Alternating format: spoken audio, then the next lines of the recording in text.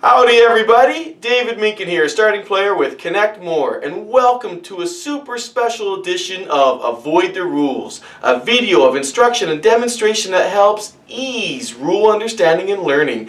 Easy start. And what makes this video so special is because today I'm going to feature the sophomore and second effort of the designers of Yedo, and it's called Kill Shakespeare. It is currently on Kickstarter right now. It is fully funded, but there's a lack of information out there right now about what are the rules, what does the gameplay look like, what is this game exactly. And so I've already done a written review that's posted on Board Game Geek. If that's more your style, and it's probably a little bit more organized than I tend to be when I talk, because I tend to get off on some tangents, you know, as my brain kind of goes from one point to the next, whereas when I write something down it's a little bit more focused. So feel free to go give that a read if you're looking for some more information. But today's video, what we're going to do is I'm going to walk you through the prototype board. I need to stress that. This is the prototype board. This is the same board that was used by the designers when they created the game, when they worked on the balance, when they worked out all the issues. This is the same board. So please, when I do the video, don't think that this is actually the game that you're going to get, but instead look at it from a mechanics and a core playing point of view. This is what I'm going to be talking about. So we're not going to be talking about components or anything like that. It's just not worth it, because the pictures and the videos that I'm seeing on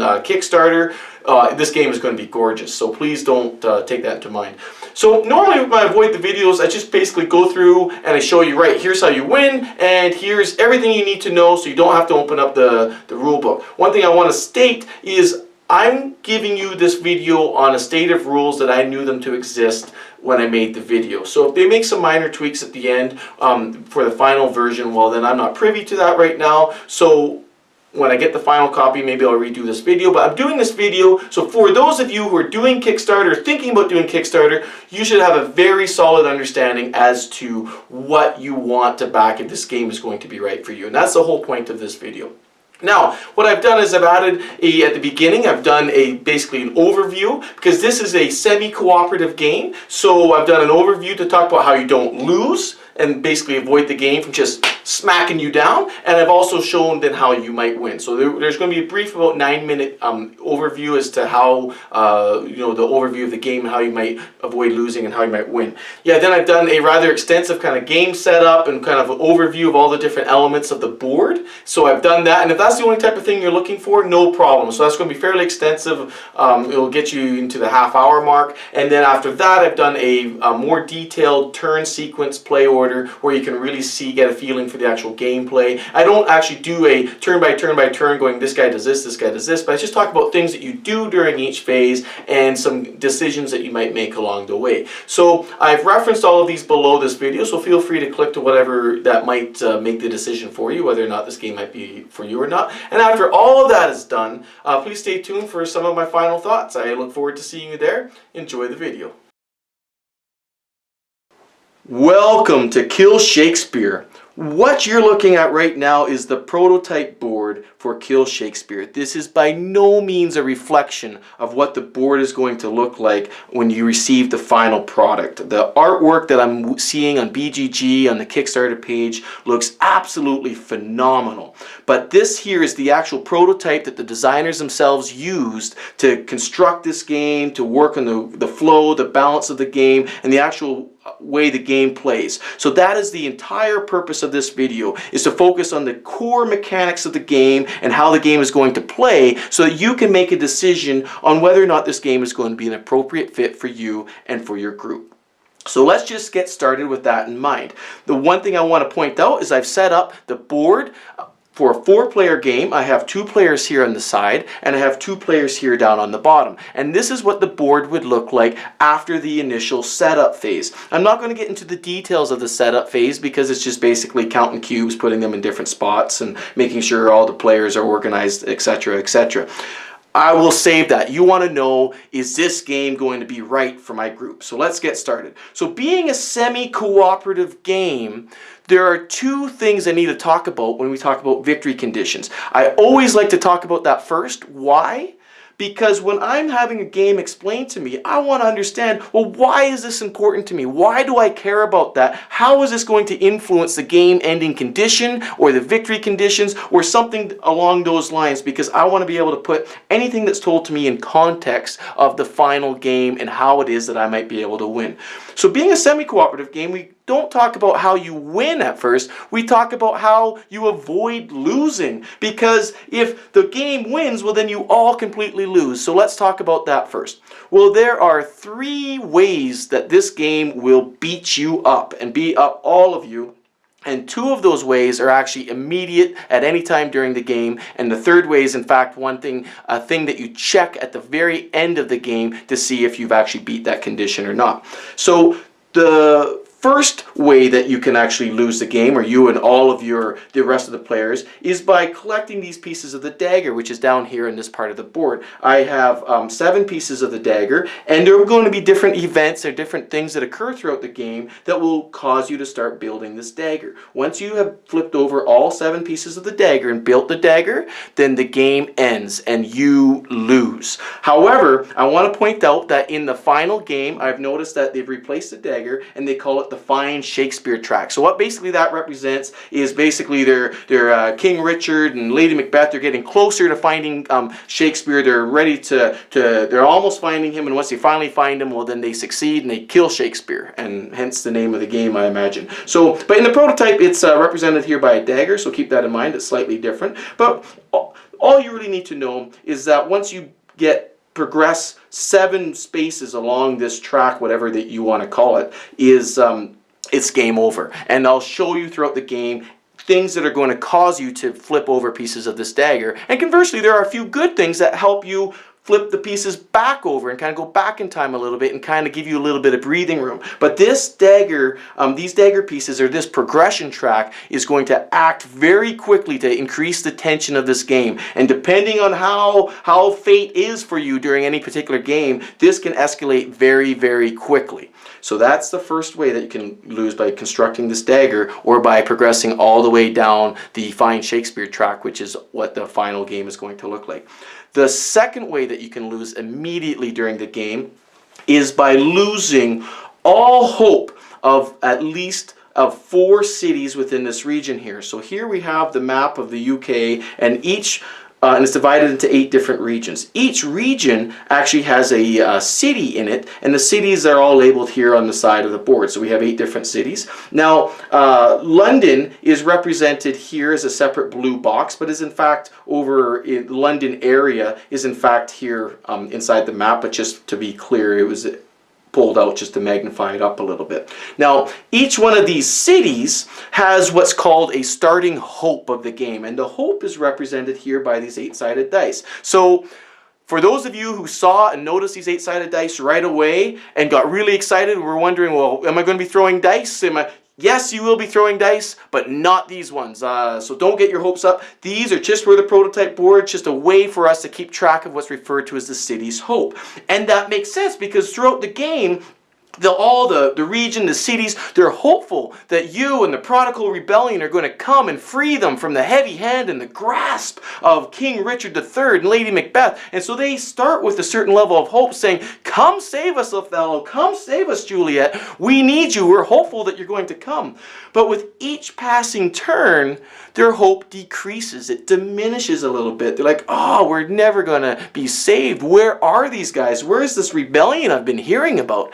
And so during the prep phase of each turn, we dial the hope down 1 notch. And so the hope starts for these cities, I don't know if you can see it or not, for these northern cities it starts at a level of 4, and then a hope level of 5, 3 cities with a level of 6, and finally London here with a hope level of 7.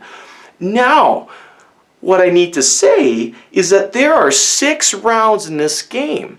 And each round we're going to adjust the hope down by 1. You'll see that there's exactly 4 cities who start with a hope level less than 6. So should we not do anything to actually liberate those cities to come in and save the day and give back the hope of the cities, well then just by leaving that alone, well all of those cities will lose hope, and there'll be a total of 4 cities who will go down to a hope of 0. and we lose the game. So, and it doesn't have to be those 4 cities. It can be anyone's, because sometimes it can the hope can be lost in other regions and it be accelerated at different levels or a different pace. So if you get 0 hope, if 4 cities have lost complete faith in you and lost their hope, well, then the game ends immediately as well. So to recap on all that discussion, the 2 ways you can lose the game immediately, you and the whole Prodigal Rebellion and the rest of the players, is by completing the dagger or advancing all the way on the Find Shakespeare track in the final game. And the second way you can lose immediately is if 4 cities have lost complete hope that you're going to free them. So those are the 2 ways that you lose the game during gameplay.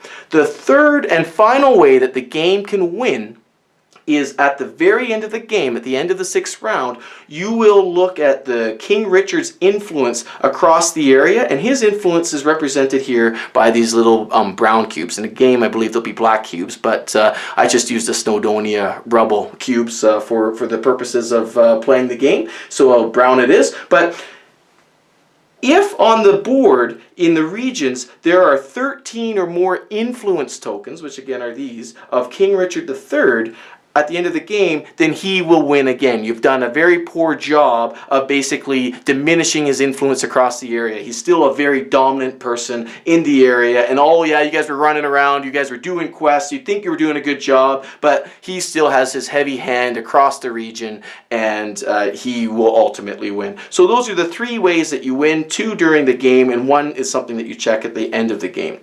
So if you get through all of that, then finally, you look here, there's a victory point scoring track here around the side. The player who has achieved the most victory points, and we'll talk about opportunities to gain victory points, will be the player who's the hero of the Prodigal Rebellion. So everybody likes to fight a good fight, but there's still everybody who still likes to come home being the hero. So that's what we're trying to do here. We're going to fight a good fight, but you're going to try to be the hero and get the most victory points so that you can emerge victorious. So those are the don't lose and the victory conditions of the game.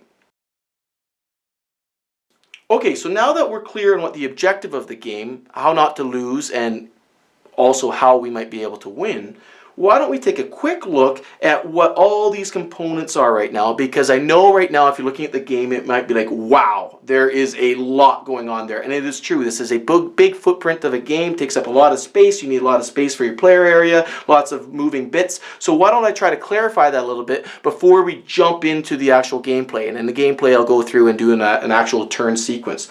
So let's get started with just discussing what it is that you're looking at.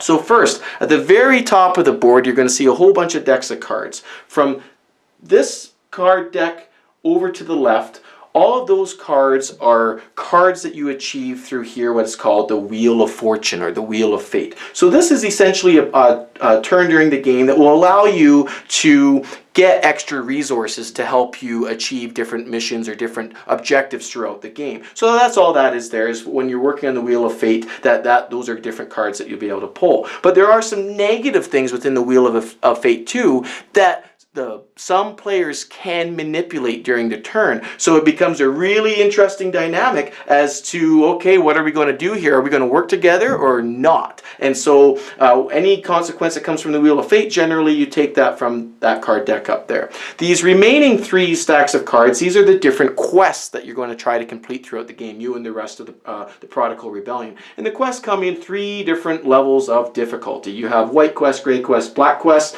The color may change in the final game, but essentially each turn you're going to lay out some quests here on the quest track right here, and these are going to give you objectives or things that you're going to try to achieve throughout the game. And these add a level of tension to the game, because should you not complete them, they'll slide down in the track into these red boxes, and should you not complete them a second turn, they slide off and you will be punished with getting a piece of the dagger flipped over. So the quests provide a little bit of tension because you need to complete them, because if you don't, they will start building up on the dagger track. But they also provide good benefits and good rewards. There's always some rewards associated with them that might help you personally, or they might help the group, or they might be able to help both if you do it. And you can start comboing different quests or trying to achieve different things. And I'll get into the quests in a little bit. So this is the quest deck.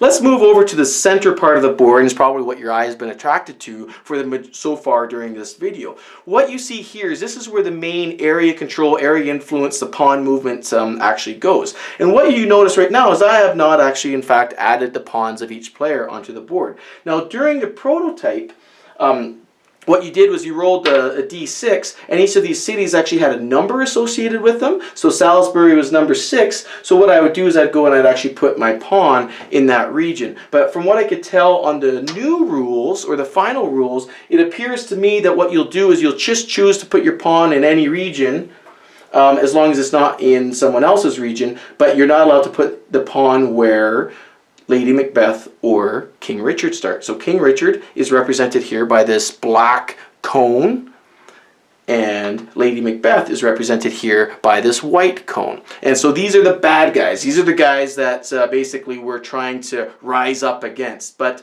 so then basically we got one more pawn we need to put, so we put Juliet over here. She's not allowed to go in Scotland or London to start, so we plop her here over in Gaelic, for example. So this region is divided, or this map is divided into 8 different regions, and what you're going to try to do is you're going to try to free the regions. And by freeing the regions, what I mean by that is you actually need to eliminate all of these influence cubes in there, and during the gameplay example I'll show you some different ways of how you might be able to achieve that. You can use quests, you'll have different actions that you'll be able to do, and this here is the action track. And the way this action track is broken up is for a 4-player game, which is what I have here, and these 4 pawns are in the same player order here as a player order track. It's just easier to keep track. Is for a 4-player game, each pawn or each player gets 2 actions. For a 3-player game, each pawn or each player will get 3 actions. And a 2-player game, each player will get 4 actions. And at the end of your regular actions, each player will have the option of taking an extra action should they have earned the appropriate card or the appropriate benefit to be able to do so. And you can only take 1 extra action per turn. So this is just basically the action track to keep track of things that are going on and the different actions that you can do on the board. And so you also notice that in each of these regions there are these little square counters right here. Now these square counters are what are called area counters, and these are really cool because the way that this works is as soon as a region is completely liberated, completely free of the King Richard cubes, then the player who has the most influence in that region during that time will get this area token. This area token gives you certain benefits during the gameplay, and at the end of the game and during the scoring phases it also gives you a point. So they're very valuable to have. They give you benefits to help you and the Prodigal Rebellion rise up, and they also will give you points at the end of the game to actually help you be the hero. The other thing I want to point out is that next to each one of these cities that I pointed out earlier with their hope counters, you'll notice a number here in yellow. This number represents the city's defense. And why is this important? Is because there's a 2-step process that goes on during the influence phase where you're trying to rid a region of King Richard. The first thing that you do is as I pointed out, you're going to get rid of these cubes. So once you do that, the city's hope will move over to this way. And what this does is, as I described earlier, is during the prep phase of each game or each round, you flip over the dice because their hope is lost. But if you're able to get rid of all of the cubes in the region, you move this over because the hope no longer decreases anymore. The hope will stay flat. They go, wow, these guys, they're in our area, they're up to something, and you've given them a little bit of excitement. So we just move the dice over here just to remind ourselves that during the next phase, when all the hope goes down 1, the region that we've cleared all of the cubes from will not. The second step that you want to do is you want to look at the city. Oh, so here I took the wrong city. That's actually supposed to be York. So this is the example that I'm using, North England. So then now what you can do, and the person who had the most influence there would have gotten that area token. Now what you can do is you can liberate the city. And that's the second step that you would do. So again, you'd build up your influence, and it's the sum of the influence cubes of all the prodigals. You'd build up your influence to be greater than the value of the city's defense. And once you've done that, then this hope number is actually the number of victory points now that are available for all the people who helped liberate the city. So the first step is to help you survive and help you, win the game. The second step is strictly focused on your own personal glory and trying to get victory points. So victory points don't do anything when you're trying to beat King Richard. It's these types of actions, getting rid of his influence and keeping him from doing bad things. That's what's going to avoid losing the game for you, but it's these victory points is what's going to help you win the game. So there's a two-step process, and it's really interesting in that aspect because there's being the semi-cooperative game, there's a very cooperative aspect of trying to get these cubes off, but then there's a bit of a, that city is worth a lot of points. I need to get in there and I need to get the majority so I can get those points. So that's kind of how that's going to work a little bit. You'll notice that down here we have a little bit of a reserve for more influence cubes that will be added for King Richard. There's 13 in the game. You also notice that I have some other square tokens down here. There are other area tokens that are extra, so then they're sprinkled randomly on the board, so then it'll always be a little slightly different. And then here I got more yellow tokens, which are basically, there are some quests that you can achieve that will reduce the defense of any one city, so you just replace this number with a lower number when that occurs. So that's right here. This card deck here is it was referred to as the action deck, and there's a lot of really neat things here, and there's a whole variety of different types of cards and things that you can do, and it tells you what phase you can play them in, and it will help you achieve your objective. So that's your action deck right there. So let's move forward over to here, and you'll notice that there's two card tracks laid out. The first card track is referred to as the prophecy card track. In both of these card tracks is where you're going to get resources, another ability to get resources to be able to accomplish quests. When you look at some of the quests, you'll notice that a lot of these things here, in the prophecy track you can get ghosts, you can get witches, and in the sidekick track, and I believe in the final game they're not called sidekicks, they're called troops. And so there you got the troop track, and you can, on any one card has a value of 1 to 3 troops on it, and these are cards that you're going to need to actually complete quests. The way you're going to get these cards is during the bidding phase, and so that's going to be pretty unique, because what I also want to point out is for a 4-player game and a 2-player game, you lay out 4 cards, but the second and fourth cards are closed, they're flipped over. You do not know what they are. So when you're bidding, you're a little bit uncertain as to what exactly this is. It might be very good, or it might be very bad. And by very bad, I mean it might be one of these Iago cards. Now, both of these decks have these Iago cards scattered in there. And you also notice that on these Wheel of Fate or Wheel of Fortune cards that I pointed out at the beginning of this description, there's also some Iago cards or Iagos that you can get from this wheel here. Now, generally speaking, Iago cards won this way are bad. They're very bad, because you'll notice up here there is another area with 3 little slots here indicating that you can put up to 3 Iago cards on there. Now, at any time an Iago card goes up to here, he makes accomplishing events that much more costly, that much more difficult. And I'm going to talk about that, don't worry. But that takes me to this track here. This is the event track. So at the beginning of each turn, we are actually going to flip over an event, read it, and we're going to figure out whether or not we want to go after that event or ignore that event. So I'll talk about that in a little bit. Also on every event card, you'll notice that there's some movement actions or some movement orders for both King Richard and Lady Macbeth. Sometimes it's just one or the other. In this particular card, it's for both. You must do that. There's no way you can prevent that. They are moving. They are walking around. Okay, you're a bunch of guys running around with some rocks, throwing them at each other, or I don't know what is it that you're doing. But these guys, they don't care what you're up to. They are moving around. They are spreading their influence. They know something's up, so they're investigating it. So the way that this works is basically when you pull over the card, King Richard will move, Lady Macbeth will move. There's certain consequences that occur, which I'll talk about, and then you resolve the event. So that's an overview of the whole game. And what I need to do right now is just show you very quickly what the player area looks like, and then let's just do a walkthrough of a turn. I think that would be really great to kind of show you how this all will work. So let's go and take a look at Falstaff's player board. So here is what a typical player board looks like. Now, what's really interesting about this this game, is all the different characters that are represented in this game. There's Falstaff, Juliet, Othello, Viola, and Hamlet. All of these characters have variable player powers, which is really cool because there are components on the board which are different from one player to the next. So the first thing I want to point out is at the very top of the board there is both a plus sign and a minus sign.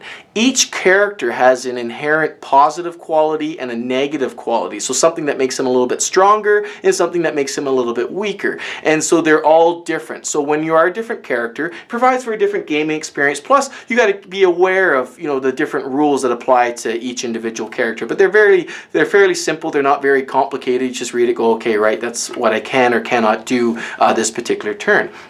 Now, let's look at this track right here. What you see right here is what's called the energy or the fitness track. Now, in order to do anything, you generally need some energy, but you can deplete your energy here. So everybody starts the game at 0 energy, like so. And so what you can do is you can see the black numbers actually represent the energy value. So here Falstaff can go up to a positive value of 2, or you can go all the way down to a negative value of 2. And to increase his energy, he's going to have to pay a cost, and the cost is represented here by these red numbers. So you can see if he gets extremely tired or really depleted in energy, it costs a lot to be able to move up to the next step of energy, and then the costs start to decrease somewhat for him to reduce all of his energy up like that. But he starts with 0. Now, what is the cost of anything, or what is the denomination within this game? The denomination is time, and the time is represented on bid tokens that are given to each player. I'm going to talk about that in a quick second after I finish discussing the board. On the bottom of this fitness track, you see that there's a square box that represents each region that was on the board that I described to you. What this is an area, should you achieve or accomplish any of these area tokens that I pointed out to you earlier, you would put that area token that you won on the appropriate spot here on this counter here. And that's just as a reminder to you saying, okay, right, I got that special privilege, or it gives me that certain point. It's a reminder to you to know that it's essentially an extra benefit that you get, similar to the positive attribute that any one character would have. So that's just a reminder to you to use it. Now up here, where you see that there's a little hourglass, and that hourglass again for the prototype represents time. And again, time is the currency of this game. You have every character except for Juliet, which I'll describe, has 30 time each turn to bid and to use for various things. So anything up through here is time that you can use to be able to accomplish quests. Now here you see that there's a little black line, a little black bar there with a bunch of different faces in there. That represents quests, and again for the prototype. So if we look down here where all the quests are laid out, you see again we have that same logo right there. So to accomplish quests, sometimes it requires time. You just can't do stuff without it costing time, and there'll be a turn in the game where you actually bid some time so that you have the appropriate input to accomplish a quest. Now in the bottom left corner here, you actually see a little triangle with a number in it. And here, if I zoom in real close, you see that it's a number of 2. Now these triangles are actually called battle tokens, and I haven't talked about these, and let me just talk about them real quick. There is a whole bunch of little battle tokens that are valued from 1 through 3, and they're kept hidden. They're kept out of sight. You can't see what they are. And for all of you Rahdo fans out there, I apologize. I do not have a chicken. Instead, I got a IKEA bowl, which I think my son had his Cheerios in this morning. So I got my kid's cereal bowl. So I hope that doesn't turn you off. Maybe I can upgrade and get a chicken bowl one time, but for now it's a cereal bowl. So what you can do is during the prep phase, in each turn, players can take cubes that they have won, King Richard cubes that they have won throughout the game, and they can trade up to 3 of them for the opportunity to pull 3 what are called battle tokens out of the box. So if you pull 3 tokens, then you'll take your 3 tokens, then you get to look at them here. So here I pulled 3 tokens, and I keep it secret. Each of these tokens is a victory points score that I'll score during the scoring phases of the game. Now the scoring phases are after round 3 and round 6. So in the midway game, at the end of the game. So here, if I traded in 3 of my black influence cubes, I can then say, okay, well, this is obviously the higher number. That's good for me. I take these two battle tokens, I put them back for somebody else. So basically, as the game goes on, generally speaking, the higher values have been pulled out, and you're left with just the lower values. And then what I would do is, on my player board, then I would take this battle token and I would just store it here, and I store it face down so nobody knows what else I got. But here with Falstaff, I'm limited to 2. Other characters are limited to 3 because perhaps there are different other abilities for them. And I'm finding so far in the gameplay that the characters are fairly well balanced. The gameplay is extremely tight with players of the same experience level with the particular game. So that's the overview of the playing area.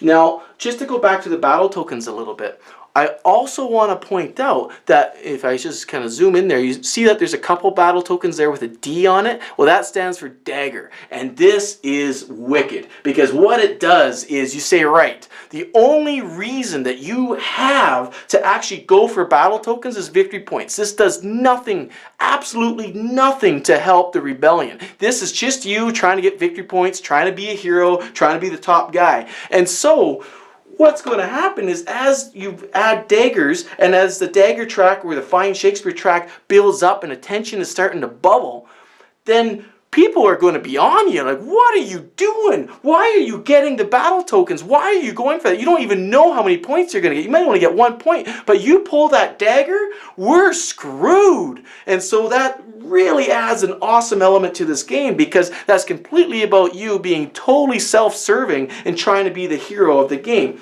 So that's just one thing to keep in mind about these battle tokens. And once you reach your limit, you can still exchange battle tokens in hopes of getting higher values. That's no problem. You just put back the lower values. Should you pull the dagger, then you would still keep a value. You put the dagger, flip one of the dagger track over, or the fine Shakespeare, you'd advance him 1 along the track, but you'd still get to keep one of the battle tokens as well. So good for you. You got victory points, but boy, are people going to be mad at you. So the other thing I want to point out is these bid tokens here, and I got them down here. I got Falstaff's bid tokens. Now the bid tokens, I'll just pull up a couple here to show you. Now the bid tokens are the same for all the players except for Juliet. And basically what they are is, everybody has 10 bid tokens, and each with a fixed denomination or fixed value on them. And these bid tokens are kept secret, because these bid tokens represent days, they represent time. And so you can imagine that the total value of these 10 bid tokens is 30. So it basically represents a month. You know, during that month, you're going to go accomplish a quest, you're going to rest a couple days, you're going to go do a few things. It all takes time. The rebellion takes time. It just doesn't happen overnight. And that's what this represents. Now, these bid tokens are your currency. This is your currency to do things during the game. And so, as such, you keep this stuff hidden. And normally when we play, I use little shields just for the bid tokens. Everything else is open. And again, the battle tokens are flipped over so nobody can see them. But all your cards are open so everybody can see everything. Except when it comes to bidding, these bid tokens are actually kept hidden. But I've taken out the player screens, and I'm not sure exactly how they're going to incorporate that in the final game, but I've taken out the player screens just so that you can see what all the bid tokens look like. And then there's also a reserve of influence tokens that's here, and there are certain actions that actually allow you to add influence tokens from the reserve. Because I should point out, and I didn't set this up, my apologies, is that during your action phase, every player during their regular actions is only limited to, or is limited to only adding 2 influence cubes of their color onto the board, and those are represented up here. There are special actions that allow you to add influence from your reserve, but generally this is your limit up there, and that's the same for any number of players during a game. So right, I have not talked about Juliet's special bid tokens. I'm going to do that during the gameplay just to give you a feeling of actually when it's going to take part. But I think now you have seen everything. You have seen all the components, you've seen all the little bits, you've kind of seen how it works. I've given you a little bit of flavor, but let's just nail this home. Let's just hit it right now and say, right, let's just go through a turn example. Now, I'm not going to do a 4-player round and round and round. I'm just going to go through each phase of the turn and show you how it would play out, and how it would play out maybe at the beginning and at the kind of middle part of the game, and then we'll just conclude it there. So what we're going to do is, you see we're in round 1, and I'll also describe a little bit about how I set it up. In round 1, we put out 4 easy quests, or white quests. Well, here's my green guy. We put out 4 easy quests, and we put out 1 gray quest. And as the rounds advance, then the quests that we add get increasingly more difficult. So you get a little guide here as to what color of quests to do. So we're in round 1 right now, and the other thing I should point out, we all start with 5 victory points at the beginning of the game, because there are things that occur that can give you negative victory points as well. So we start with a positive on the track. So the very first thing that we're going to do is we're going to go, okay, right, let's take the event card, and even before I read the event or do anything like this, I always just act out the movement actions for these 2 guys, because that occurs anyhow. So what it says here, it says, okay, King Richard here, he moves to London. And so he's already in London. Again, London here is represented by the square off to the side. So what he does is you just take an influence cube to wherever he moves. You add the influence cube, and since he's moved there, London is like, oh man, we're never going to get rid of this guy. So they started with a hope of 7. Let me try to. So they started with a hope of 7. So it goes click down to 6, and then we put that right there. So wherever he moves, the hope is reduced. So that's one way to accelerate the reduction of hopes. So he's moved there. London is losing hope there. Come on, guys, come save us. Then we got Lady Macbeth. She's moving over here to East Country. So she takes her pawn and she moves here. And her movement is pretty neat. I really like what goes on. When she moves into an area and there's actually no influence of any player's influence in there, then it's pretty simple what she does. You just simply take a influence cube and you add it to that region. So that's quite simple. What's really neat about when she moves, so let's take this back, and let's suppose that we already had some influence later in the game, and green had started building up some influence here. So she's moved into an area, she feels something is wrong. She can feel that because there's a little bit of influence in there. She knows something's up. So what you do is you take a d6 and you roll it, and she rolls a 2. Now what you do is now you take this roll and you compare it along this track right here, which is the starting player track. And you notice that under each of these pawns there's a number 1, 2, 3, 4 for the pawns, and then 5 and a 6. And this dictates what she does on her turn. So we rolled a 2, that corresponds to the yellow pawn color. Now, had there been any yellow influence here, the yellow influence would have been removed. But thankfully for us, there's no yellow influence, nothing happens. Had she rolled a 1, then the green influence would have been removed. Excuse me. Had she rolled a 5, all players lose 1 influence. Had she rolled a 6, she'd be like, you know what? I'm quite sure something funny is going on here. So then what you would do is she would add, if you rolled a 6, you would add a black cube, and you'd add a Iago card onto the deck. So that is not good, but we dodged a bullet there. No big deal. We're good. So that's how she moves. We did that. So we carried out the movement action.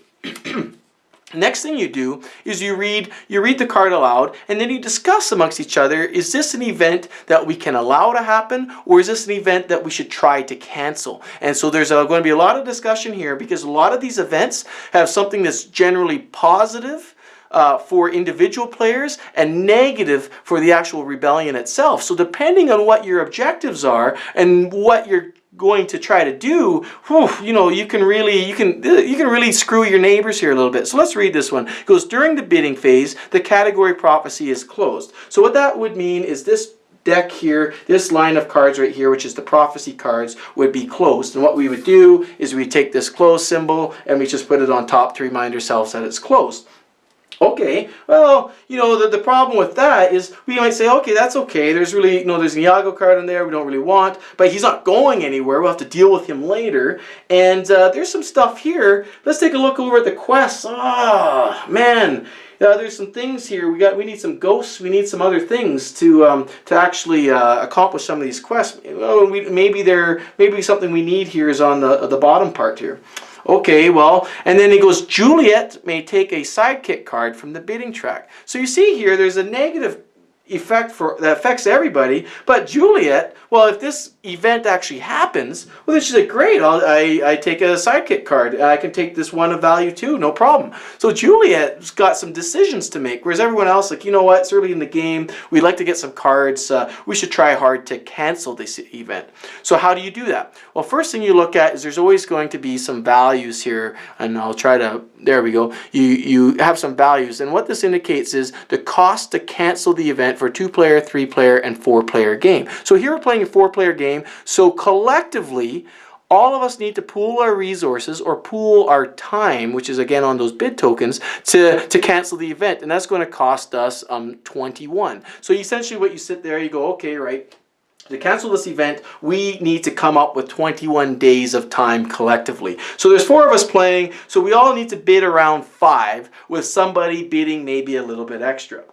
So we kind of sit and discuss, go, okay, well, and we try to negotiate a little bit as to what's best for the group. So then what you do is then once you all kind of determine, people will take some bid tokens, and so here again I got the green bid tokens. He might say, okay, I got a 6 on there. Okay, I'm definitely bidding enough. I want to cancel that event because it doesn't benefit me at all. So he would take his bid tokens and he puts his fist in. And then similarly, Juliet might say, okay, I'm going to bid something, and she puts her fist in. And so everybody does that, puts their fist in, and then when everyone's ready, then you reveal the bid. So it's a hidden bid. And then again, this is another reason why you keep your bid tokens. And you can use more than 2 bid tokens in this phase if you want to add up more. But then you would add up all of the bid tokens from all the people and say, right, we beat 21. The event is beaten. It does not occur. We have canceled the event. So that's a fairly easy example. I want to point out a few things that can make it even harder. Throughout the game, you're going to, as I pointed out earlier, you're going to be collecting these Iago cards on this deck. And you can collect up to 3 that will actually stay here and camp out. And these are the traitors. They're lurking around. They're trying to cause treachery. They're trying to figure out what's going on. They know something's afoot. They know there's a bunch of us characters running around doing something crazy. So suppose I had an Iago card here. What he does is he increases the cost to cancel any event. So what you see here is you see a 4 for a 2-player game, 6 for a 3-player game, and 8 for a 4-player game. So every Iago card here, up to 3, costs 8 extra time or 8 extra cost to actually cancel the event. So if this was the example with 1 Iago card on there, then it would have cost us 21 plus 8, it would have cost us 29 to cancel the event. And if you still manage to cancel the event, he stays here. He still knows, like, oh, things aren't happening the way they're supposed to. Something's fishy. I need to continue doing my work. If you are unsuccessful in canceling the event, so here 21 plus 8, 29, so if you bid less than 29 amongst all of you to do this, then he gets cleared from the deck because his treachery has worked. He has succeeded in canceling, he's succeeded in accomplishing the wicked ways of King Richard, and he'll go back here, and then this gets cleared out. So you might be sitting here right now going, well, that's a good thing. Oh, sorry, I'll put him back here because I'll need him for the next example. You might be sitting and go, well, hey, that's excellent because all he does is cost us more to actually cancel some of these events. Why do we want him here? Well, the reason why you might want him here is he can also be awarded during quests, and this is the good time to get the Iago card. The Iago cards here are bad, whereas the Iago cards won from over here are good. And when you win an Iago card, from any of these missions, basically you would take the Iago card from this deck. If there is no Iago card here, then you lose that benefit. Now this Iago card that you win will go into your player area, and should you get one Iago card, it doesn't do anything for you. But once you get 2 or 3 Iago cards, you start getting victory points for the end game scoring, so that's a good thing for you. So it's good to keep some Iago cards there for your own personal benefit, but for the group, it's bad because it makes everything cost more. So again, it's one of those, when do you help the group, and when do you really try to minimize your cost of doing things, and when do you want to kind of keep him there so that you can grab him later for your own victory point benefit. So that's really cool. Now the other way that this event deck works is there are 2 levels of events. There's basically A and B, A being the more simpler events and B being the more difficult events. And at the beginning of the game you always put 3 of the more simpler, the A events on top, and then after that you just shuffle randomly however they may fall. Now if I can point out another factor that will go on these, here we go. Another thing that you're going to see on these event cards is sometimes you'll see a dagger symbol here, or I guess in the final game it'll be a Find Shakespeare advanced token or something like this. And what this means is you have a cost to cancel the event.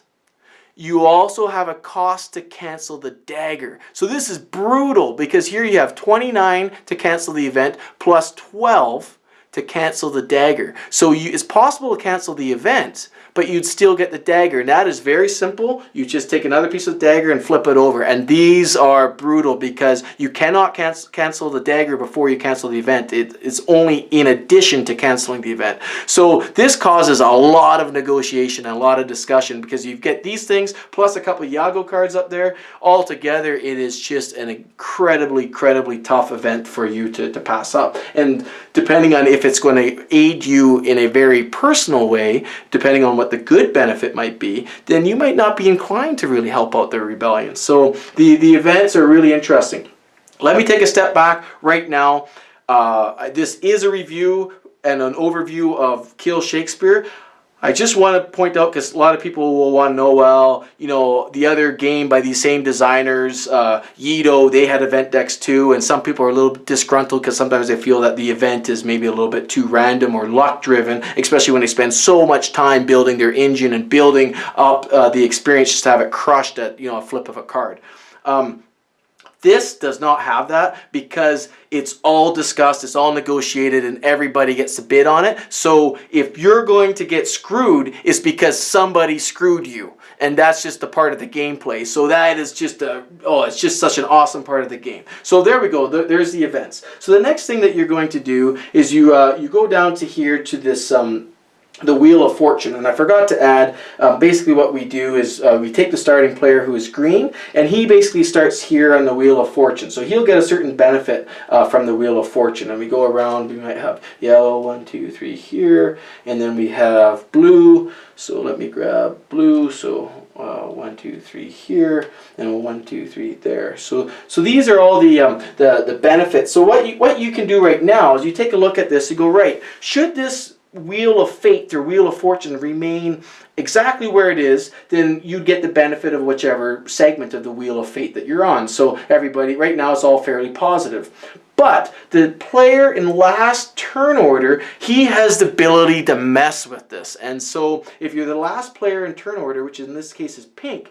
he can pay to move the wheel forward.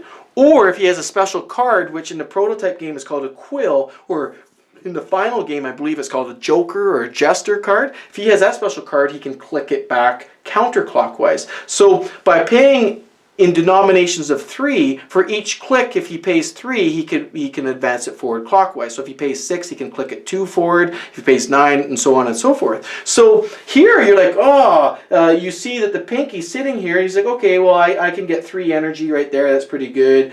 Green will get a sidekick. Yellow will get an energy. So it's all pretty good. But he can make that decision right now, and he, again, using the currency of the game, which is the time, if he really wanted to, he could pay.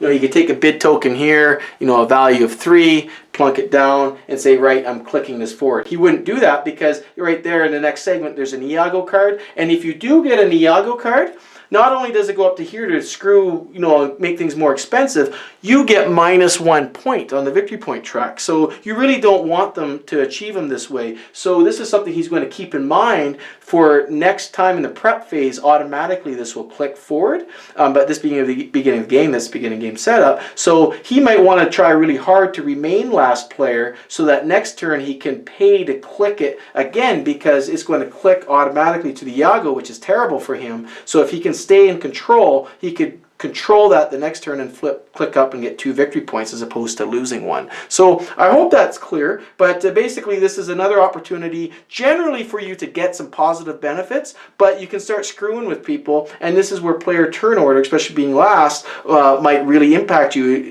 depending on where you are on the Wheel of Fortune and what it's going to do next. So, but Pink says, you know what, I like that, that's a good position for me to be in, and so everybody gets their benefits. So Pink gets 3 energy, it maxes out at 2, so no problem. Green gets a sidekick, so he takes a sidekick over here. And the thing I want to point out as well to those of you who are looking in the player areas, you'll notice that each player also has a starting card, and you get the choice of starting with one of these 3 cards during the setup phase. You can just take one, and generally what you'll do is you go, right, so this card here is a ghost, that's a witch, and this is a sidekick, or a troop is what they're going to call it in the final game, is you would look here at the quest and you go, okay, what do I need? Just in case I don't do well in the rest of the bidding phase, what do I need? And you can kind of sort it out from there. So no problems. Everybody gets their stuff. The blue gets an action card, which is here.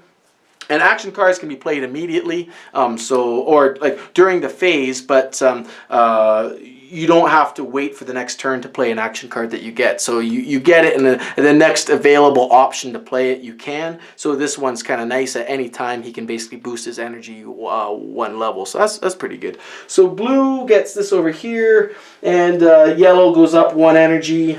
Zoink. And I think I got them all. So there we go, and we leave this bid token here, because one thing I want to point out is for everything that you bid on throughout the game, you bid on the events, and then you're going to bid on, if you're the last player, you can bid to finagle here with the Wheel of Fate through the Wheel of Fortune. Those bid tokens are not available to you for the rest of the turn. In the prep phase of the next turn, you get all of those bid tokens back and you start again. You have 30 days and away you go, but they are not available to you as soon as you spend them as you move along. Now, the next thing that we're going to do is we're going to take these 2 D6s, and this is a really cool element of the game, because again, it's kind of like how's fate going to treat me today? And you roll the 2 D6s, and I rolled a snake eyes. Now, should you roll a value anywhere between 2 and 9, that's a fairly positive thing, because you put that value over there.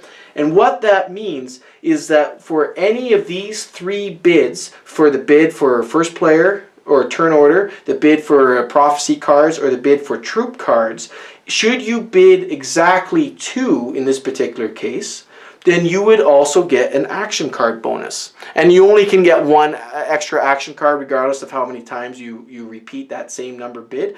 And why is this awesome? The reason why this is really awesome is because there's only 3 bid tracks that you can gain that benefit from. And everybody has the same bid tokens, except again for Juliet, which I'm going to show at the end of all of this.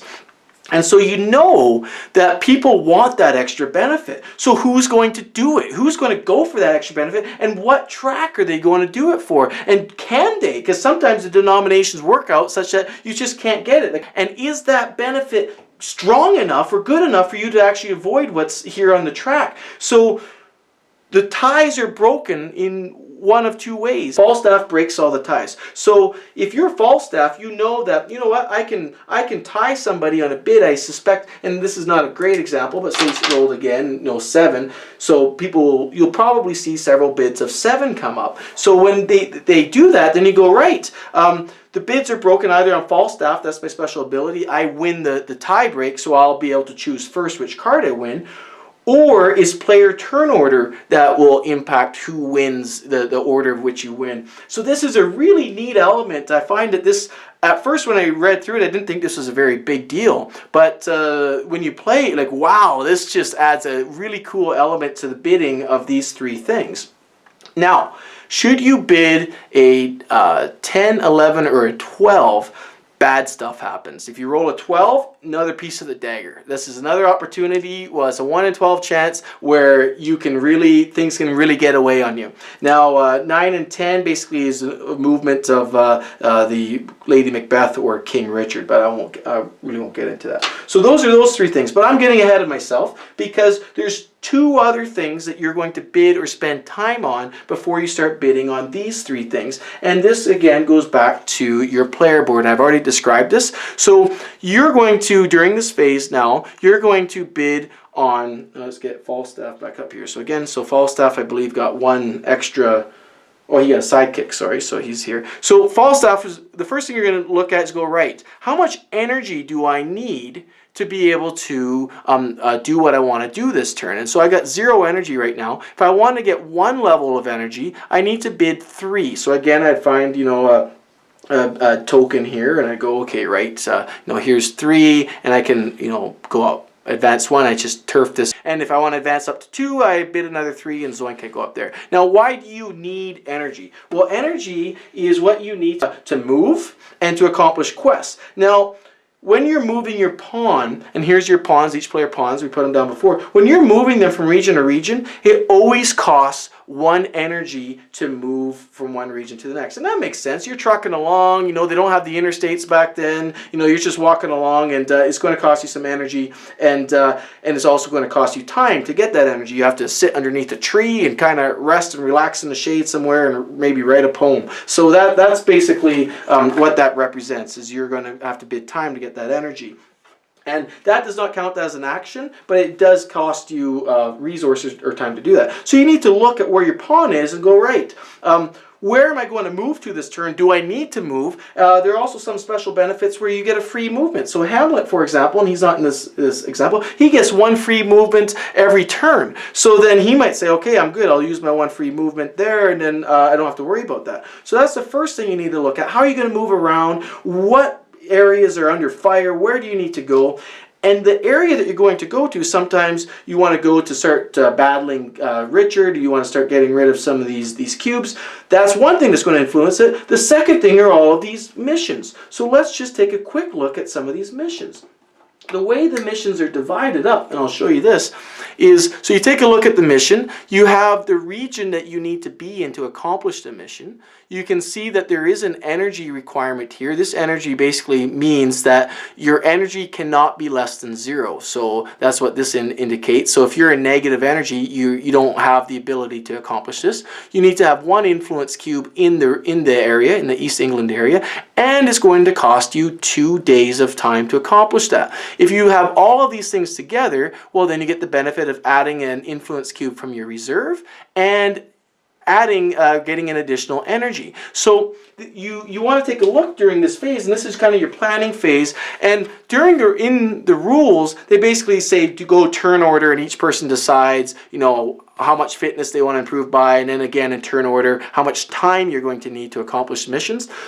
I find that the best way to do these 2 things, the player board, you know, basically managing your player board, this is the planning phase. Now, for those of you out there who've played Freedom, the Underground Railroad, this, to me, I treat it exactly like the planning phase in that game, because this is the moment for discussion. This is the moment for saying, okay, hey, Juliet, you're over here. Could maybe you want to come help me, because some of these missions require 2 people to be in the same region, or sometimes different regions. That's what this means. So you need 2 people up there. So you might say, hey, you know, maybe you could come up there and help me with this. And Juliet says, oh, okay, you know, maybe that's okay. So you kind of sit and figure out and kind of pre-plan the rest of the game, or the rest of your turn. But what's neat is you still haven't gone through the actual bidding phase to get the resources that you may or may not require to actually accomplish that. But then it is going to add you a little bit of pressure maybe to get some of these things. So that's those 2 things. You're going to allocate time for improving your fitness and for getting ready to either move around or for accomplishing missions.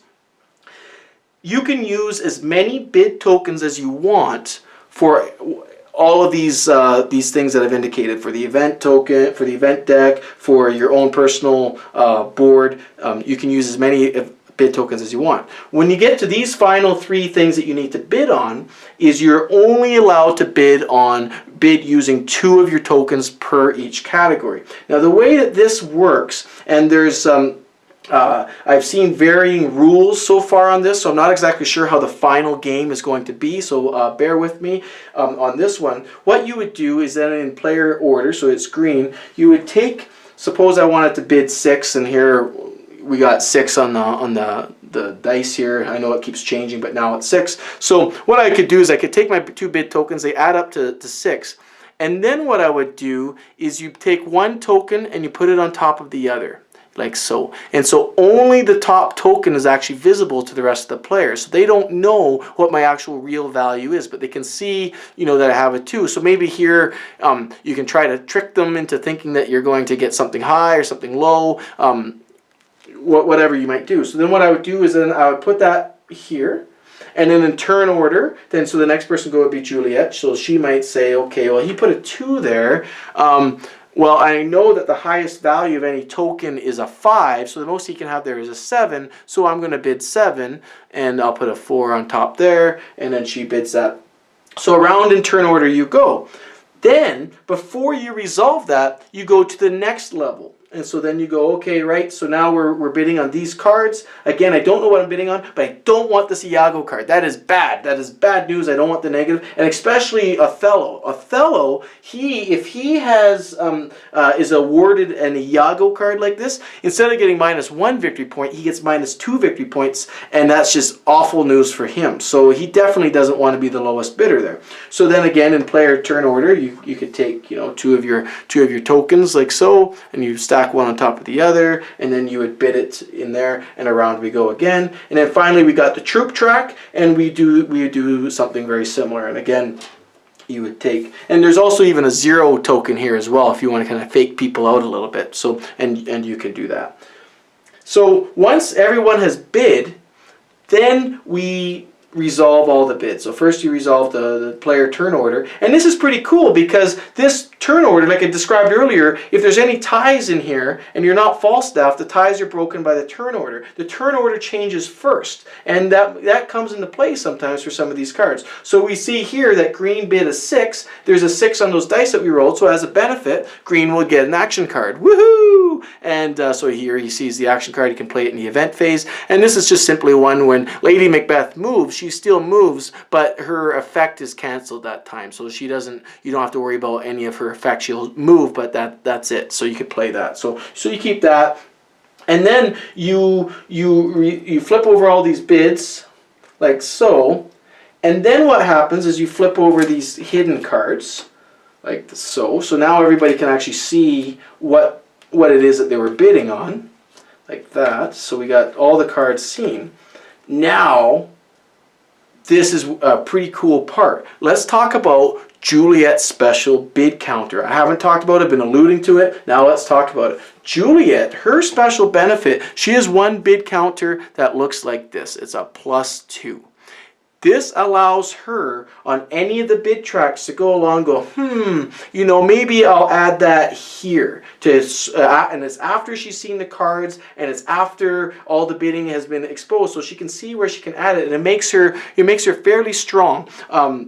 I've seen this the gameplay change a little bit with this, but this is as it's written today, so I do apologize if it gets changed again for the final play. So then Juliet can add this +2 anywhere there to actually sway a bid in her way for any one of these 3 tracks. So that's really cool. In addition to Juliet's +2, there's also one of these area counters, one of these rewards. You see it's a +1 down here. That's exactly the same benefit, but it's just a +1 that should you be able to achieve, then you'd be able to do that during the bid phase. Juliet can also use this +2 on the event deck. One thing I need to point out about the event deck that just reminded me of, in terms of getting victory points, is should you have the highest bid, when everyone puts in their fist and flip them over, should you have the highest bid and the event is canceled, you were successful in overcoming the event, you would be rewarded with 2 victory points. In the case of a tie, you both get the victory points. So that's pretty cool. Should you have the highest bid and the event is not canceled, meaning that you did not get enough bid tokens collectively to actually cancel the event, you would still get 1 victory point. And again, if there's a tie, you'd both get the victory point. So I forgot to mention that during the event phase. My apologies. So great. So here we have it. Now, what's really interesting about this is we see now that you basically go through and you would take your reward. So again, from highest bid to lowest, you go, okay, woohoo! I got a witch. Go over here, and whoever wins, it just doesn't matter. So 3 people go like this. But then finally, you get this Iago card. Now, the Iago card is. I guess you could say you won it, you bid on it, you get the Iago card. But like I described before, you would get a -1 point. So you go -1, say if Juliet gets it, and the Iago card goes up here, basically to cause the next event trouble. But by going up here, suppose that all the Iago cards had been cleared in the event phase, this is another way that you can get an Iago card up there and then perhaps get them back for victory points by accomplishing a quest. So sometimes it's great to be able to clear the deck, watch somebody else win the Iago card, get the negative victory points, and then steal it from him from a quest before he has a chance to win it back to actually count for victory points for him. So there's all this integration of when you want the Iago card there and when you don't want it there. And then by winning him here through the quest, you would clear the deck. For the next round, it'd actually be cheaper for the rest of the group to actually accomplish or cancel the event again. So I know I'm jumping around a little bit, but I'm hoping I'm giving you a little bit of feeling for some of the strategy and some of the thought process that goes along through each phase of this game. So now we get down to the second step, and basically these are going to be your troop cards, and obviously the person who wins the bid would take the one with the most troops, so no problem. And well, I take that back. You'll notice that there's another card here. We have the Quill card, or in the final game I believe it's going to be called a Joker card. This is the most powerful card in the game. If you have a chance to get it, you take it absolutely without exception. This card allows you to do many things. It allows you to take an Iago card right off the deck. It allows you to flip over a piece of the dagger to help save the day. There's a lot of things that this Quill card can do. It works as a joker for any card here. So it can also, if you're really low on your health, so if you're, suppose Falstaff here, he's very low on his health, all the way down to -2, play a Quill card, all the way to maximum energy. So there is just a million things that the Quill card can do. So this, and what's interesting about here was the Quill card was hidden. So then you didn't know you were actually bidding on that. So that's also, sometimes there's good benefits as well, because sometimes something as nice as a Quill is hidden, other times Iago is hidden, so you don't really know what's hidden. Throughout the game, there are special cards and abilities that you can win that will allow you to actually look at these decks. Here, you can, there's this guy here, he's another kind of a joker. This is a card that you can win again by accomplishing quests. He allows you, when you play him, to look at both of these decks of the flipped over cards, so you can actually make an informed bidding decision. So what's really cool about that is if you know someone's just played this card, they've looked at the overturned bids, you're watching your bids pretty closely when they're revealed and trying to figure out, well, what is he bidding on there? Is he bidding high because it's a great card, or is he bidding just enough to avoid a crappy card or a bad card? So that's you're always alert, keeping track of what's going on. So this track would be cleared out, and then we're ready for the action phase. One thing I want to point out is on this track is you'll notice that for a 4-player game, I laid out all 4 cards and everybody gets a card. For a 3-player game, you lay out the cards so that you only lay out 3 cards, 1 card would be flipped over and everybody gets a card. In a two-player game, you would put out 4 cards still, and the winning bid would take the first card, so then you flip them over. So the winning bid would take the first card, then the losing bid gets the second card, and then the winning bid gets the 3rd card, and the losing bid again gets the 4th card. And so you'd each get 2 cards during these 2 phases. So that's a difference with the number of players that you're playing with.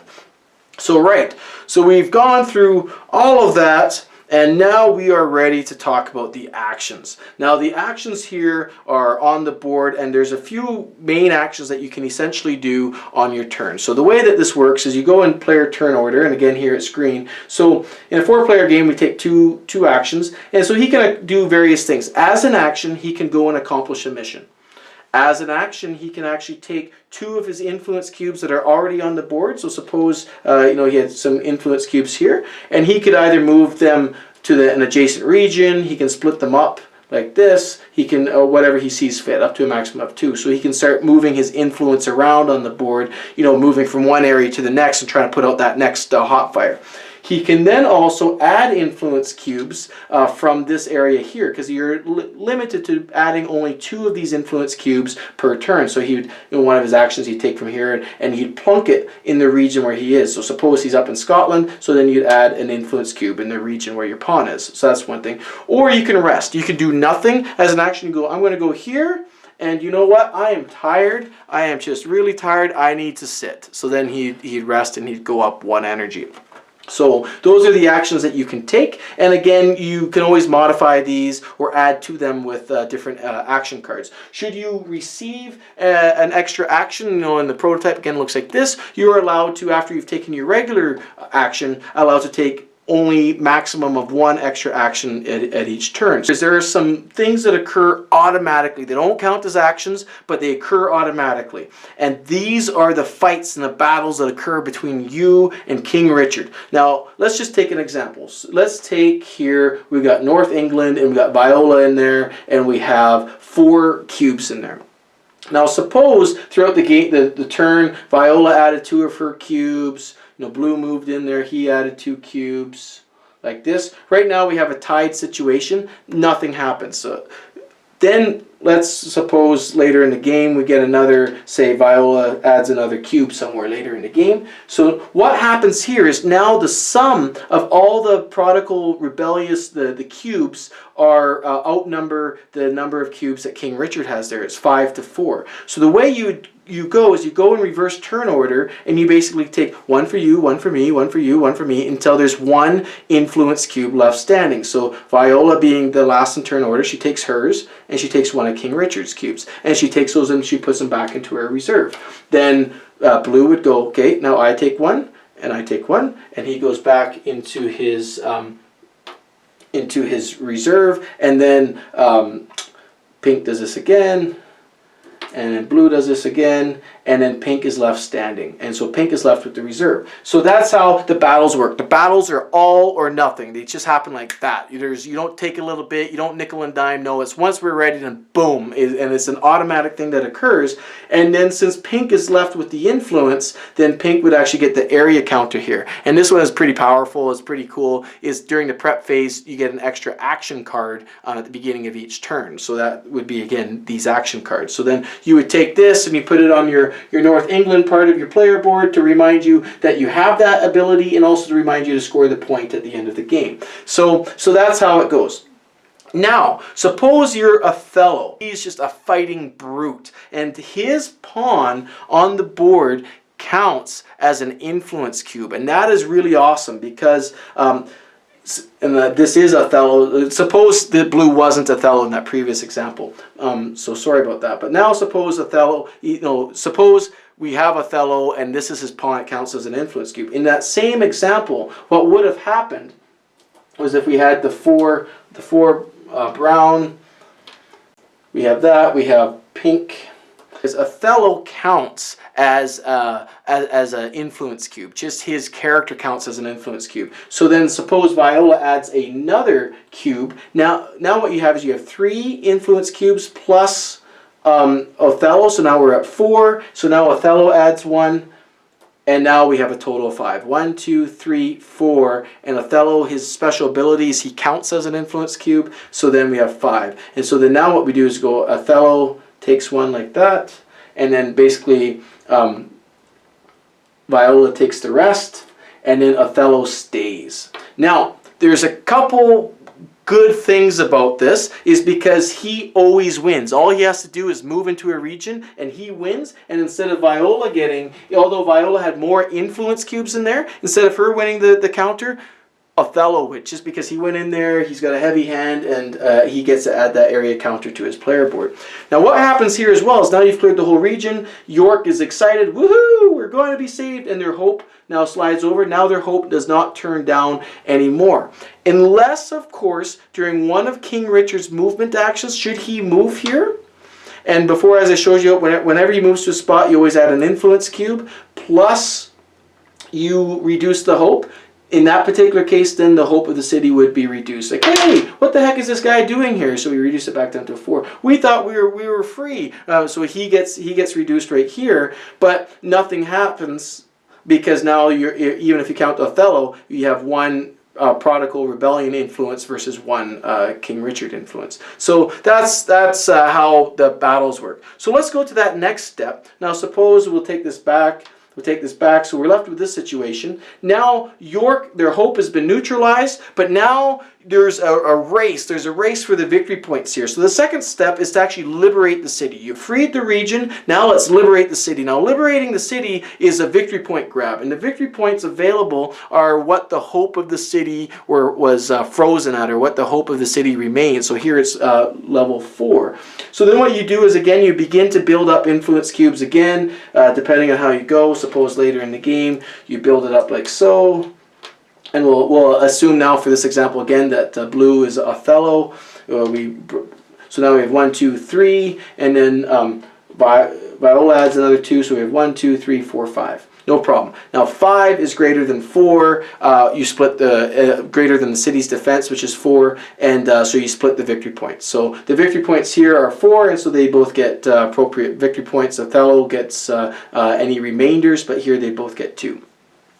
Because it's an even split. So then that's a way for you to actually get your victory points and to liberate the city. Now when you do that, then you take this dice off and you actually put the color on there. And so here, to break the tie, you actually have, well, we have 3 influence of Othello, and we have 2 influence of Viola. So Othello wins. So Othello would take one of his influence cubes and plop it on there. He has liberated the city. So I hope that is a clear example. With Othello, it maybe muddies the situation a little bit just because of his special ability. Maybe I could use somebody different, but I hope that's pretty clear. So now he has conquered that city. One thing I forgot to mention that actually impacts how Lady Macbeth, actually moves is, should you and the rest of the prodigals be able to completely free Scotland and liberate Edinburgh, so that somebody actually wins it, so say suppose blue had won it, then Lady Macbeth is removed from the game for the rest of the game. You ignore her movement on the event cards for the rest of the game. But that is incredibly difficult to do because, as you see, Scotland starts with a lot of influence tokens and Edinburgh has a very high defense value associated with it. So that's something to keep in mind regarding Lady Macbeth. Now suppose the game continues on and everyone buggers off and they start doing things, you move your cubes and whatever. Then suppose later King Richard moves in here and he adds some influence. Well, now you've got this unprotected city and you got King Richard's influence and this city has already been liberated. Oh no. That is bad news, because what's going to happen is then during the cleanup phase, we say, you know what, sorry, York is forever lost. And so the player who had previously won will get negative victory points, and you'll get a dagger for that as well. This city is totally lost. We thought we were liberated, but King Richard came back and slammed us back down again. So that's kind of the whole sequence. You free the region, liberate the city, then you must hold on to the city. So these are the things that occur here on the map. So let's step over to here and talk about what these quests look like, which again can be one of your actions. So I've shown you the quest before, but let me show you some of the more, some of these interesting quests and kind of how they lay out. So here you got Wales. You need to have 2 people both in Wales to accomplish this. But the person who actually activates or accomplishes this quest is the person who is responsible for all of these inputs or all of these requirements, whereas the other person is just along for the ride. So you might say, well, what's my benefit? It looks like he's going to get a lot of cool stuff from there. What's my benefit? Well, some of the benefit helps the group, which is good, and if you do help somebody achieve a quest, you get your own personal reward of 2 victory points plus an action card. So then there is a bit of a benefit to do that. Now the other cool thing is if somebody wants to accomplish this quest and you're not in Wales, that's the time when you can say, hey, I need some help down here in Wales. Would you please, so let's say it's pink, he might be talking to let's say green. say, hey, you know, I'm here in Wales, I want to accomplish a mission, and we'll suppose this here, I'd like to accomplish this mission, would you like to come help me? And then green might say, okay, well, you know, that's actually a pretty good deal, I'm going to get some victory points, I'll get an action card, sure, I'll come help you. So out of the player's turn, they can actually come over and say, hey, I'm here to help, and they still have to spend the energy for the movement, but that's the one and only time that you can actually move outside of your turn. So then now once you have both people there, then you need to exchange a ghost card. You need to have 2 sidekicks or 2 troops. You need to you should have prepared to have 3 days. Again, during that bidding phase when we were planning our player board, you're going to burn up 3 days, and then that you lose it. You must have non-negative energy. You must have an influence in the area. If you've achieved all of these things, then you burn up 2 fitness, so you actually lose 2 fitness, and then in exchange what you're going to do is you're going to take one of King Richard's cubes, add it to your reserve, and then you're going to put one of your cubes from the reserve to replace his. So that's a really nice way to swap cubes. Plus, as I pointed out before, those black cubes can be used to exchange for battle tokens. Plus, they can be used to be exchanged for an action card at any time. So they're pretty powerful. And then this is neat because this allows you to remove a piece of the dagger. So suppose you had some pieces of the dagger flipped over. Well, then you just flip it. You flip it back over. So it's a way to reduce some of the tension. You get an action card, and then you get 3 victory points. So that's a great card to achieve. Everyone's happy. They go, woohoo, thank you very much. The tension was getting a little bit too high. So that's basically the anatomy of the quest cards. Now they're all pretty much the same, some slightly different symbologies. This one here, I think I've shown you before, you can win an Iago card there, and then you pull him from here, provided that there is one there. So I'm not going to get into it too much, but throughout the course of the turn, you're going to need to start accomplishing these quest cards. Say we accomplished all 3 of these, and people put them in their player area. Because then ultimately what happens is then during the prep phase, these 2 cards are going to slide down into this red area. Should you not achieve either one of these 2 ones and treat them independently, if they slide off after the next turn, you will earn a dagger for each card that you're unable to achieve. So that gives you a lot of pressure and motivation to continue completing these quests because they're always coming. Okay, so I believe that's everything. You have gone through the event phase. We've gone through the Wheel of Fortune. We've talked about the bidding phase where you bid on these elements here, plus on preparing yourself on your player board for both energy and time to do quests. We've talked about the action phase up here and the different things you can do both on the map and how you can achieve quests. We've talked about the actions that you can take. We've talked about things that don't count as actions, which are essentially moving, and then the battles that are initiated automatically, whether it be to free the land or free the region, and that's where you actually get King Richard cubes, or whether it be to liberate the city, that's where you get victory points, or whether or not King Richard can come back and win the city back, where you get negative victory points and a piece of the dagger. So, and we've talked about the quests and how the quests, when you don't achieve them in time, you add pieces of the dagger. And I should also add that in addition to the benefit of achieving any quest down here in the red, in addition to any of these benefits here in the gray box, you would also get 1 extra victory point for achieving these. So sometimes there is a little bit of a benefit for procrastinating on a quest, but again, it's entirely personal benefit to you. It doesn't help the group out at all. Now I'm going to skip the prep phase because I've talked about all the parts that you need to prep as I talked about the other parts of the game. Okay, so now let's talk about the scoring. I hope I've done a fairly thorough job of showing you all the different ways, or most of the ways, that you can actually achieve victory points throughout the game during gameplay. But after round 3, the mid-game, and after round 6, the end of the game, there are 2 scoring phases that will occur, and there's different things that will score for you that you need to keep in mind during your gameplay because it might be beneficial. It might be the difference between being the hero and the 0. So the first thing we're going to do though in round 3 is we're going to take a look at the board, and we need to see how many regions where King Richard is still dominating. Now if King Richard is dominant in 5 or more regions, whoop, another piece of the dagger comes out, and it just increases the tension. Now what I've shown in this example is by no means what happens in the game. Usually by now you're at 6 daggers. You got a lot of daggers and it's just bubbling. So that's the first thing that you do. You check for that condition and you add a dagger. Then the second thing that you're going to do is you're actually going to start counting influence, and there's awards given for the person who has the most influence on the map. There's awards for the person who's liberated the most cities, which will be indicated here by the player cubes on the actual city tokens. Then we have awards for the person who's completed the most quests. And in fact, in round 6, there's an additional point for the person who's completed the most white quests, the most gray quests, and the most black quests. So 1 point for the person who's completed the one of each, so 3 points in total. So that's only for round 6. Then we also check for Iago cards. If people have Iago cards actually in their hand, that I've been describing throughout. If you have 1, you get 0 points. If you have 2, you get 1 point. But if you have 3 Iago cards in your hand, and again, they look like this. If you have 3 of them in your hand, you will get 3 points, a maximum of 3. Doesn't matter how many you have after that.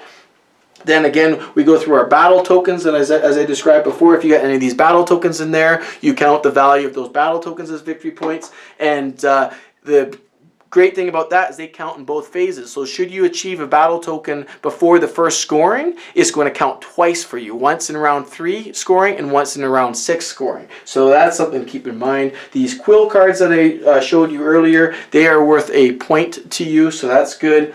And should you have any of these area tokens that I've been pointing out here on your player board, they're each worth a point. And finally, in turn 6, should you have influence in different numbers of regions, again in here, then you get different points. If you have influence in only 1 to 2 regions, so for example here, suppose pink was like this, pink has influence here and here, that's only 2 regions, is worth 0 points. But suppose pink had influence in 3 regions, then it's worth 1 point. If you have 5 regions, it's worth 2 points, 6 regions, 3 points, and 7 to 8, it's 5 points. So those are all the different ways you can actually score during the mid and end game scoring. And I believe that's it. So thank you very much for sticking with me and going through all of this. I didn't really do an exact everyone have a turn example, but I was trying to give you a flavor for all the elements of the game and to what you can accomplish and how you would accomplish them and kind of the feeling you get when you're doing it throughout the game. So I hope that helps you to whether or not this game might be a right fit for you, but please stay tuned for some of my final thoughts that I'll try to maybe add some extra flavor that I haven't already discussed. Oh, welcome back. So I know if for those of you who stuck through all of those parts of those video, wow, thank you. You're probably really tired of hearing me talk right now. So thanks for sticking around. I really appreciate that. And I hope that this video has provided you a good detailed explanation as to what the game is about and got you very familiar with what the rules are. So let's just talk a little bit about, well, is this a game for you? And I'm going to talk about a few quick trigger words that as soon as I say it, then people ugh. And one trigger word, one of the biggest trigger words here is semi-co-op, or couple words, a semi-co-op. That seems to be a very polarizing statement. Some people say, you know what, I just don't play semi-co-ops. I don't like this. We're working together, but I'm still trying to kind of screw you. I don't like making these switches. It's just not for me. And honestly, for me, is I found that this game plays very much like a co-op, and then you just have to choose your moments when you can actually capitalize on some opportunities. But if you choose those moments wrong, well then the whole co-op, basically the game wins. And so you really got to choose when that moment is right. And if you see that somebody else is choosing that moment incorrectly, well then that's a moment where you can jump in there and intervene and start negotiating, saying, you know what, Johnny, that's not a good idea, and here's why. And so it still gives you an ability to kind of talk somebody down, basically talk someone down from the ledge if you think that they're going to be doing something silly. But you can also use that for your strategic advantages. Maybe he is making a really good move. Maybe he is making the right move at the right time, and then you can still try to talk him down anyhow, and then use, maybe he'll become less aggressive, and you can jump on that. So right away people are going to be a little bit semi-co-op. That's either totally my style or totally not my style. But what's really interesting about this is this dagger, because that's what adds the tension to the rest of the game. You have these 7 steps, and in the final game it's going to be called the Find Shakespeare track. And so what happens with this is as the tension starts to bubble, there are things that you can do cooperatively that you can actually kind of reduce the tension. But when the tension is really high, the game almost turns into a completely co-op experience. There's none of this kind of treachery going on because you're just all trying to get through it together, which is really quite amazing. But as soon as you feel that tension just back off a little bit and you think that you might be able to slide through, well then off you go again, looking out for your own interests. And for me personally, I really enjoy that kind of game where you're trying to basically, you're two-faced really is what you're doing, is you're trying to, play a good part to your opponents or your teammates, depending on how you're thinking of it, and then trying to figure out when to attack. But what's cool is when you make that attacking statement, everybody knows, because for example, say you're going to screw somebody on the bid. You go, you know what, this gives me a good benefit, I'm going to screw somebody on this bid. Well then everyone sees that right away and they can call you out on it, and now you've got the target on you. So I find that that's a really great element to how they've actually incorporated in a lot of these cards basically a negative component for the group, but something positive that might benefit you personally, whether it be through victory points or what have you. And having that kind of struggle back and forth and figuring out how to do it, for me, is just amazing. For some people, you might not be into it. For those of you who don't know, this is a great game to give that a try. It's a really awesome kind of experience to figure out, well, is this kind of genre for me? Now, the other trigger word going outside the board game genre is Shakespeare, and for my title and my written review, I got beat up a little bit for what I called it. But for me, back in high school, I really wasn't a humanities guy. I was more into the sciences, and so for me, I've always just had Shakespeare was something I had to go through, like regular Shakespeare, and it's just like, for me, I just wasn't interested, and that was because, okay, that was half my life ago. It just didn't fit into my mold back then. So maybe if I went back now, I'd be more open to it. But life is bigger, and I just haven't sat down and read any Shakespeare since high school. So when I saw this, I'm like, great, semi-co-op, no problem. I personally really like that. I think it's a exciting genre. I think it provides for a really exciting night of gaming where that there's a lot of external tension plus a lot of internal tension trying to figure out when you're going to kind of spring and make your move. So that second trigger word is Shakespeare, and ugh, yeah, okay. But then it's Kill Shakespeare. I'm like, well, I have no idea what this is. So I started reading some of the books. I'm like, well, this is the comics. I'm like, these are pretty cool. This is pretty interesting. I'm getting into this. I like the storyline. So I'm not here to debate Shakespeare versus Kill Shakespeare. All I'm saying is that there's people out there who have maybe this bias and a totally uneducated biases to some perception you had of the word Shakespeare from 20 plus years ago. Well, yeah, then you might look at this on the shelf and go, game about Shakespeare, not interested. But this has really renewed my interest in it, because the game itself, as I'm learning more about the Kill Shakespeare world, and maybe eventually this will lead me down the path to regular Shakespeare again, but the more I'm learning about it and seeing the mechanics of this game and the actual variable player powers that are existing in this game, you see that they're so interlaced. The world, the Kill Shakespeare world, has been transformed onto this board in just an amazing way. And so for people who are actually big Kill Shakespeare fans, I think that this game will actually act quite nicely as almost a gateway for them. Suppose they're not a gamer per se, whatever that means, but suppose they're somebody that doesn't really sit down on a Friday night to play these games. This game might really be good for them, because the other advantage of it being a semi-co-op, a lot of it is a cooperative play, and that's a good opportunity to teach new gamers, if you will, different game mechanics and different strategies, because everything is face up and you're able to talk things through together, and it brings them into the world very quickly. And that, coupled with the fact that the actual mechanics of the game are so closely tied to what the character types are from Kill Shakespeare, I think it would make the people who are fans of Kill Shakespeare, I think it'd be a very rewarding experience for them. So those are basically two trigger words that for me, that might trigger some people off. If people get turned off from hearing semi-co-op, and if you get turned off from hearing Shakespeare, whether it be right or wrong, that's just, okay, that's your opinion, I'm not here to debate that. Well then, this might be a tough draw to pull you in. But if only one of those words kind of bothers you, I highly encourage you to embrace it and check it out, because you might find that the stereotypes or the thoughts you had about either semi-co-ops or from, you know, the Shakespeare Kill Shakespeare world are, you know, they kind of melt away, they dissolve away during this a night of gaming with this one. So I hope that was clear. I'm not trying to say one person's opinion is right versus the other. All I'm trying to say is I'm confessing here that, you know, for me, I have certain opinions that I formed when I was 16, right? And I have never had the opportunity to change those opinions. So this has given me that opportunity on these two subjects. So for that, I'm very appreciative of the game. I'm sure other people out there might be as well. So this game itself is also it feels, well, it doesn't feel long, but it is long. It's a longer game. It's not as long as Yido is, and that's one complaint that people have about Yido, is that it's a very long game and there's some randomness or luck-driven things that go on, especially the action cards and especially the event cards within Yido. So I know people are going to ask, well, is this the same? There's event cards in here, there's action cards in here, they're the same designers. Am I going to commit to a full night of gaming? Because this game, you know, demands to be the centerpiece of your game night. This is, you might play filler before or something after, but this is the thing.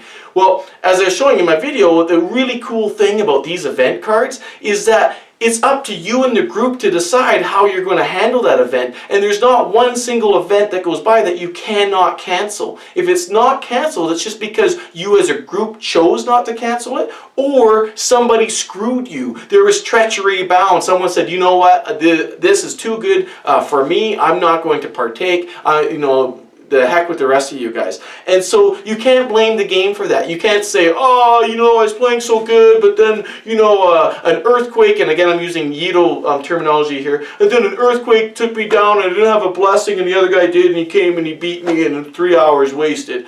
You can't say that in this game, absolutely not. You basically, all you can say is like, wow, that was a really great strategy. You screwed me and you took the extra victory points and won. I shake my hand, let's shake hands, that was really well done. So that's, you can't have that Yido argument here anymore. And as far as action cards go, the action cards are all, they don't swing the game like you might, like some of these victory point action cards, for example, that you see in Yido. They don't swing the game at all. They basically provide you with some additional benefits and everybody gets them. So it's more about the strategy and you're playing, how you're playing off of each other. I find with this, when I won this game, it was fantastic because what was going on was, it was a 3-player game and 2 of the other guys were all talking about, oh, you know, I'm going to go do this quest, and it's one of those quests that involved 2 people to be in the same area. It was in Scotland. He's like, so they were making all these grandiose plans. Okay, well then I'm going to do this, and I'm going to come up, and I'm going to help you achieve that quest. And by being your helper, just by being there, he was going to get 2 victory points and an action card. And I was watching that, and I knew that we were going to be quite close. So during the next bidding phase, I made sure I got ahead of him in turn order.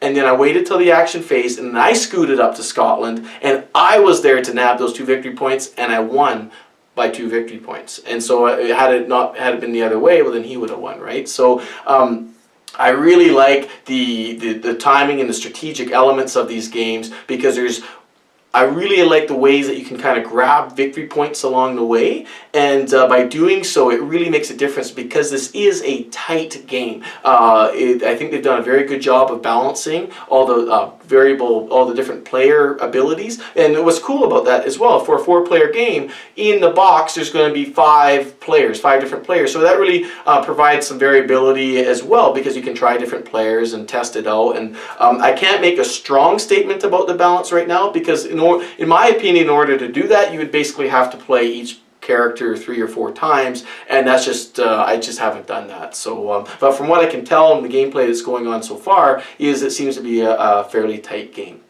So that's Kill Shakespeare. I don't want to belabor the point. Obviously you can tell that I've enjoyed it, but I hope this video has given you enough factual information that you can make the decision whether or not you've enjoyed it or not. I'm a big fan of Yido, and I really like how the fact that some of the cool things I like about Yido, I love the quests. I love how you can bid. I'm a big fan of the bidding auctioning mechanic, and I love how they've taken those elements, the bidding, and it's obviously slightly different bidding. I love how they've taken that, and basically the quests, they've taken those quests and they put them together here, but now we've got a semi-cooperative area influence, area control game versus before with Yido it's an individualistic game and it's a worker placement game. But the common bridge here is there's bidding and there's some quests and there's a lot of player interaction, negotiation, there's trading that goes on, Catan style trading, both games, and so I really like that. And for me, they're two completely different gaming experiences with elements that I enjoy in both of them. So definitely going to be a keeper for me. I cannot wait to get my actual Kickstarter final copy, but I really have been enjoying the prototype copy that I've been having because the game is the same. But I'm one of those types of people too. I know there's going to be flavor text on there and other things to make me feel more inside the Kill Shakespeare world. But what's really interesting is I find this kind of surprising to say is I feel that I'm in the Kill Shakespeare world already, even with the prototype, because the mechanics are interlaced with the actual characteristics of the individuals that are in the Kill Shakespeare series. So that's a strong statement. And even the fact that the game type, going back to being a semi-co-op, well, that's exactly what Kill Shakespeare is. You got this group of prodigal, rebellious individuals running around, and so they're trying to fight this fight against the heavy hand of King Richard III. But it's not just good enough to fight the fight, because if that's the case, well, then it would have been a cooperative game. But no, you want to be the hero. I want to be remembered for in all history. Well, that's where the semi-cooperative game comes. So even the game type is reflective upon the actual Kill Shakespeare brand. So I think that they've done an absolutely great job of mingling all these together. For me, the only thing I don't want to be gushing. Why don't we just talk about some of my hesitations about the game? My hesitation with this game, and it's the same hesitation that I have with Yido, and that's actually proving a little bit true with Yido, is it's different. I imagine this one might be difficult for me to get on the table in a repetitive fashion because being a semi-cooperative might be a difficult sell for some members in your game group, whether or not they'll ever play the game or not. Just the genre turns them off, and whereas with Yido, I find that the length of the gameplay, a lot of people enjoy the game, but it's just the length of the gameplay. They say, I'm just not up for that tonight. I want something smaller. I want something a little bit less. So for me, it's a big game. I would imagine in a 2-player game, you could probably get it done in around 90 minutes for experienced players. But for a 3-player to 4-player, you're going to be north of the 2-hour mark. I'm quite sure of that. So even with experienced players. So experienced players maybe close to 2 hours, maybe,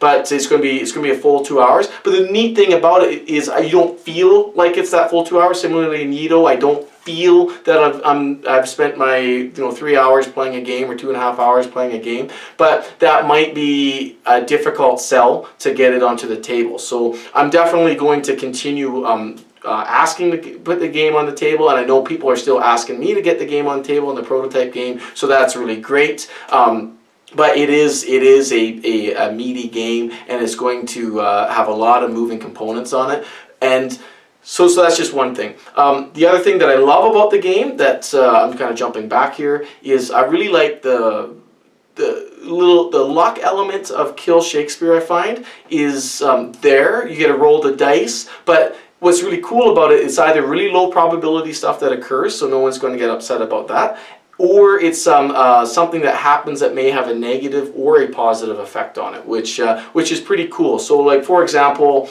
I really like the fact that you roll the dice before you bid, the 2d6s, because that gives you a bit of a target for while you're bidding, and then everyone else is still trying to chase after that same target. So what's cool about that is in trying to figure out, well, who's going to win the tie break, who's going to bid on what, or maybe do I care? Excuse me, do I care? Because maybe that guy's going for that. Maybe I could get back that card that I really need when we do some trading during the action phase.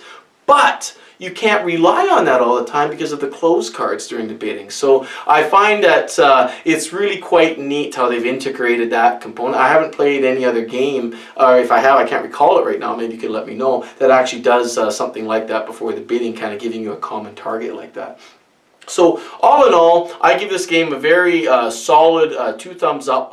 I think it's a very great game. I hope that you do as well. And if you enjoyed this video review, please come join me on my Facebook page, Connect More Board Games, or come check out the YouTube page, or give me a like or subscribe. And I also got a new web page that's just under development right now, www.connect-more.ca. I would love to see you there. Lots of exciting things always going on. I love making these videos. So please leave your comments if you have any, or you think I got something a little bit wrong, and or an opposing or even agreeing point of view. I'd love to hear it. And until that next time, I'll see you later.